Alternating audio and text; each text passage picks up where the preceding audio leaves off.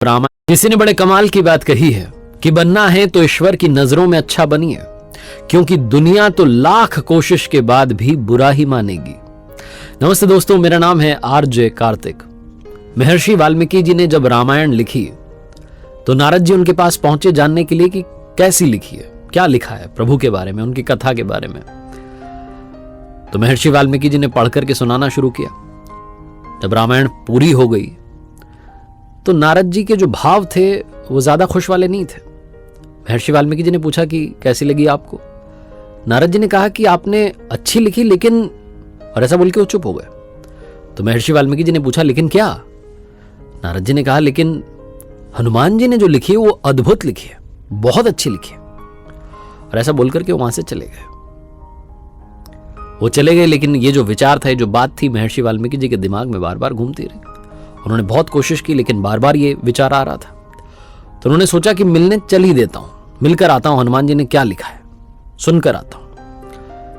लंका पर विजय प्राप्त करने के बाद प्रभु श्री राम अयोध्या में थे और हनुमान जी कुछ समय सेवा करने के बाद उनसे आज्ञा लेकर के कैलाश पर्वत पर रहने लग गए थे। वहां भगवान शिव की आराधना कर रहे थे और अपने प्रभु का नाम जो था वो शिलालेख उन्होंने लिखना शुरू कर दिया था। एक शिला पर वो लिख रहे थे और उन्होंने उस शिला पर यानी चट्टान पर हनुमद रामायण लिखी थी। तो वहीं कैलाश पर्वत पर थे। महर्षि वाल्मीकि जी उनसे मिलने के लिए पहुंचे। जब मिलने के लिए पहुंचे, बातचीत हुई, कैसे हैं क्या है। उसके बाद में महर्षि वाल्मीकि जी ने कहा कि मैंने सुना है आपने भी रामायण लिखी है, अगर मैं आपकी रामायण पढ़ पाता।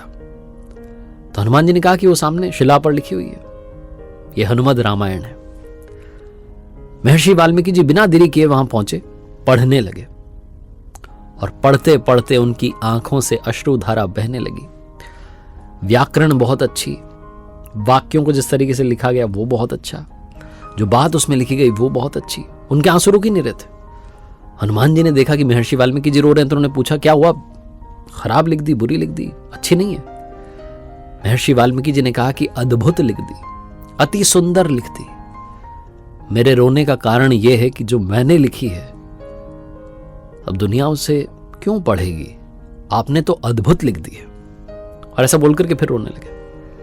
हनुमान जी ने कहा बस इतनी सी बात, आप चिंता क्यों करते हैं। महर्षि वाल्मीकि जी को अपने कंधे पर बैठाया, दूसरे कंधे पर वो शिला रखी, वो चट्टान रखी जिस पर हनुमद रामायण लिखी थी। उड़कर के समुद्र किनारे पहुंच गए। महर्षि वाल्मीकि जी के सामने समुद्र में उस शिला को बहा दिया, उस चट्टान को बहा दिया। महर्षि वाल्मीकि जी ने कहा कि ये क्या कर दिया, आपने जो लिखा था वो सब अब समुद्र में चला गया। हनुमान जी ने कहा कि आपके लिए रामायण बहुत आवश्यक है जो आपने लिखी है, क्योंकि उससे आपको दुनिया जानेगी कि महर्षि वाल्मीकि थे। मेरे लिए प्रभु का नाम बहुत आवश्यक है। आप रामायण की चिंता कीजिए, मैं प्रभु की चिंता करता हूं। उस समय महर्षि वाल्मीकि जी को समझ में आया कि राम से बड़ा राम का नाम। हनुमान जी ने कहा हर पल हर क्षण में उनका नाम सुमिरन करता हूं, बस कुछ नहीं चाहिए और। मेरे लिए प्रभु श्री राम आवश्यक है, उन्हें मैं याद रखूं, इसलिए तो रामायण लिख रहा था। आप रामायण लिख रहे थे कि विश्व आपको याद रखे। महर्षि वाल्मीकि जी को बहुत बड़ी बात समझ में आई। ये कथा जो, ये जो कहानी है, ये आपकी हमारी जिंदगी में भी, हमारे जीवन में भी अप्लाई होती है। आजकल बहुत सारे लोग हैं जो नाम कमाने के लिए, फेम कमाने के लिए काम कर रहे हैं कि दुनिया मुझे याद करे। आप काम अच्छा कीजिए, दुनिया अपने आप आपको याद रखेगी। जैसे आज हनुमान जी का गायन विश्व करता है, उनकी प्रशंसा करता है, उनकी आराधना करता है, उन्हें पूजा जाता है। उनकी रामायण हमें पढ़ने को नहीं मिली, लेकिन हम सब जानते हैं कि प्रभु श्री राम के सबसे बड़े भक्त थे हनुमान जी महाराज, जो आज भी हैं, हमारे साथ हैं, विद्यमान हैं इसी सृष्टि में, हर कण में, हर पल में वही हैं। जानत तुम्हीं तुम्हीं होई जाई, प्रभु के चरणों में वास करते करते प्रभु बन चुके हैं। जो सार है उसे याद रखिएगा। इतना अच्छा काम कीजिए कि अपने आप दुनिया आपके बारे में बात करे, आपकी जो कीर्ति है उसका गायन हो।